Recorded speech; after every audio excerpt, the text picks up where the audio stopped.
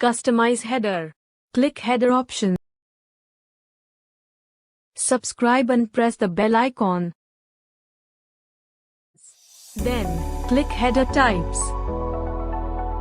Enable or disable for sticky header. Select small or large sticky header.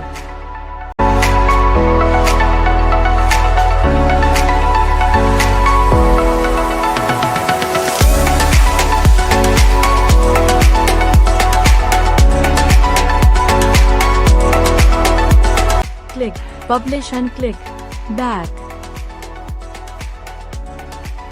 Click Top bar options. Enter details.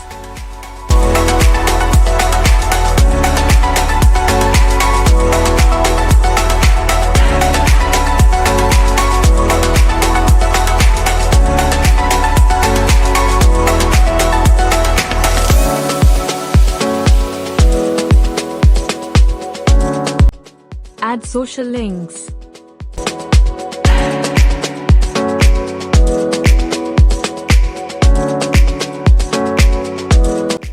Click Publish and click Back. Click Header image.